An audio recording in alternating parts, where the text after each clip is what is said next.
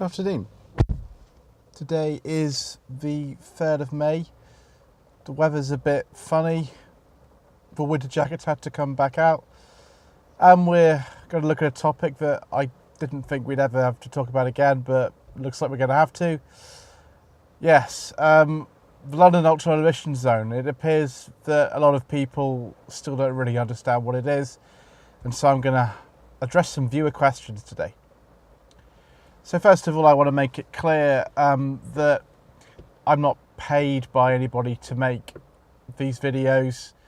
The videos at the moment aren't monetised, and even if I do get a position where I can monetise the videos, I won't monetise this one. I find cars for people. That's my job.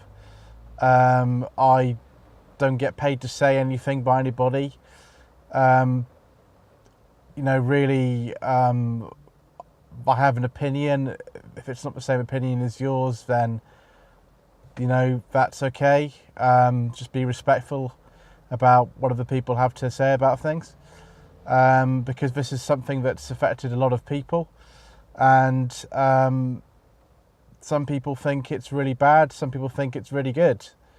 But whatever you say about it, just bear in mind that there won't be everybody who will agree necessarily with what you say. So I had a couple of viewers comment on one of my videos about the London Ultra Emission Zone, and one of them has basically said that it's kind of like a plan from Sadiq Khan and other people in London to get as much money as possible from people, and this is why they've introduced it. Now, I understand about sometimes putting taxes up and things like that to generate more revenue for a government, but I'm not entirely sure this is the main motivation behind it. I don't know. I'm not somebody who knows enough about these things to be able to make a qualified decision about that. But what I do know is that there is pollution, and in say February 2017, it was really, really bad. It exceeded the EU air quality limits by many, many factors, and something had to be done about it. Whether or not this is the right thing to do, I don't know. But the fact remains that we've all got things that we can do to reduce pollution, and this was what was decided to do. I don't know whether it was the best thing or not, but we do have to do something and take responsibility for ourselves to an extent. Another viewer has suggested, and this I completely agree with, that the rules surrounding the ultra emission zone are very confusing. He gave some examples of the fact that he looked at a couple of cars from around the year 2004, which were compliant with the ultra emission zone. There were many cars that met Euro 4 emission standards for petrols before 2006, even if that was the cut-off date. There were some that were introduced before that, and that's great. You can run these Euro 4 petrols that were made before 2006 in the ultra emission zone with no problems at all. 2006 was a cut-off date for petrol cars, as I've said, and not all of them met the standards before that date, but after that they had to. So it's worth checking if you've got a car that's made between about 2001 and 2005, if that affects you, and it's a petrol, to see if that's the case. But the other thing that he mentioned was that there are mopeds which pollute less and they're not compliant with the ultra emission zone. Sometimes there are older vehicles in particular that register as being non-compliant but actually are, and some which definitely shouldn't be but are. And it seems like the back end of the website where you check to see if your car is compliant with the emission zone or not is a little bit messed up. I don't really know. I couldn't really comment on things like that. The only thing I do know is that I've tried it with a number of vehicles, and the rules seem to be okay for that. I think it's generally the pre-1979 cars which are supposed to be, vehicles, not just cars, pre-1979 vehicles which are the problem here.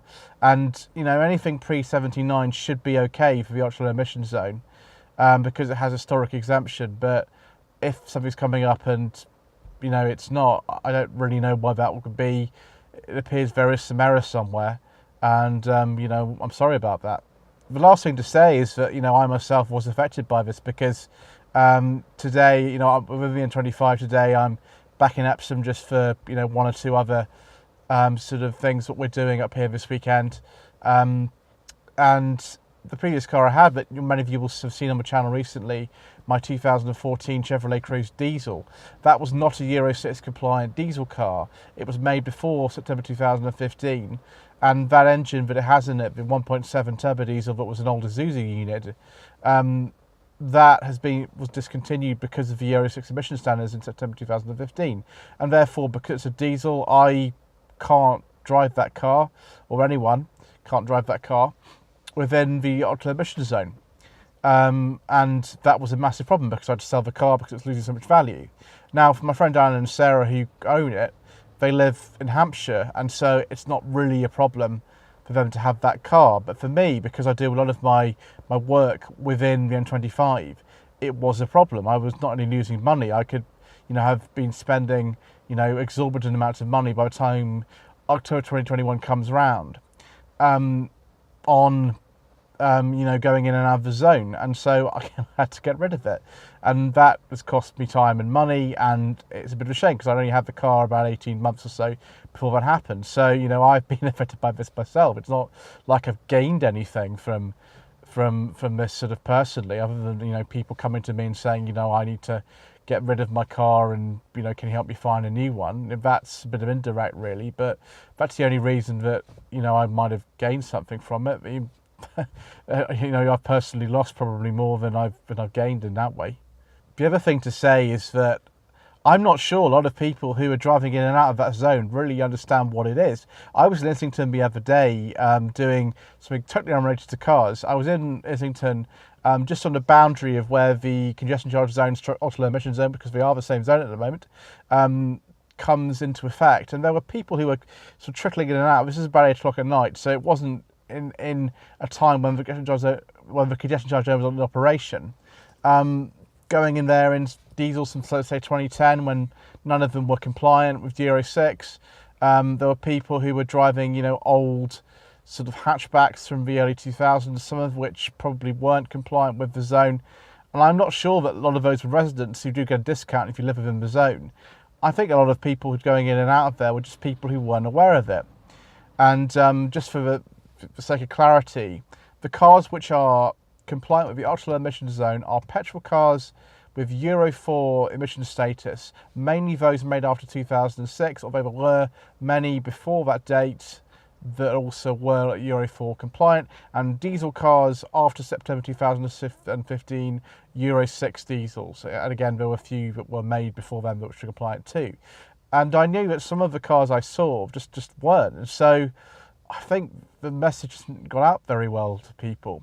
The fact that this zone is going to be extended to the boundaries of the North and South Circular rather than just the congestion charge zone from October 2021, and the fact that unless you're a resident you won't get a discount on this, it's £12.50 a day, I think people are starting to be charged when they're not really aware of what's going on, and I think that's a problem. I don't think everyone's quite aware of what's going on, and I don't know whether this little video is going to help particularly clarify the situation, but if it helps any of you, and I hope it does, then please let me know.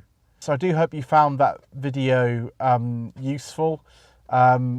Sorry it's a little bit on the rambling side. I don't really know what else to say about this. I've said it so many times already. But yes, don't forget to subscribe to the channel if you wish to do that. Don't forget to leave a comment below and to like this video if you wish to do so. My Facebook page is facebook.com/Lloyd of Vehicle Consulting. If you wish to get in touch with me, please do so via my website. It's got a contact me page on there. It's lloydvehicleconsulting.co.uk. If you wish me to source a car for you, it doesn't have to be anything to do with the ultra low emission zone, of course. But I'd love to do that. And thank you very much indeed again for watching.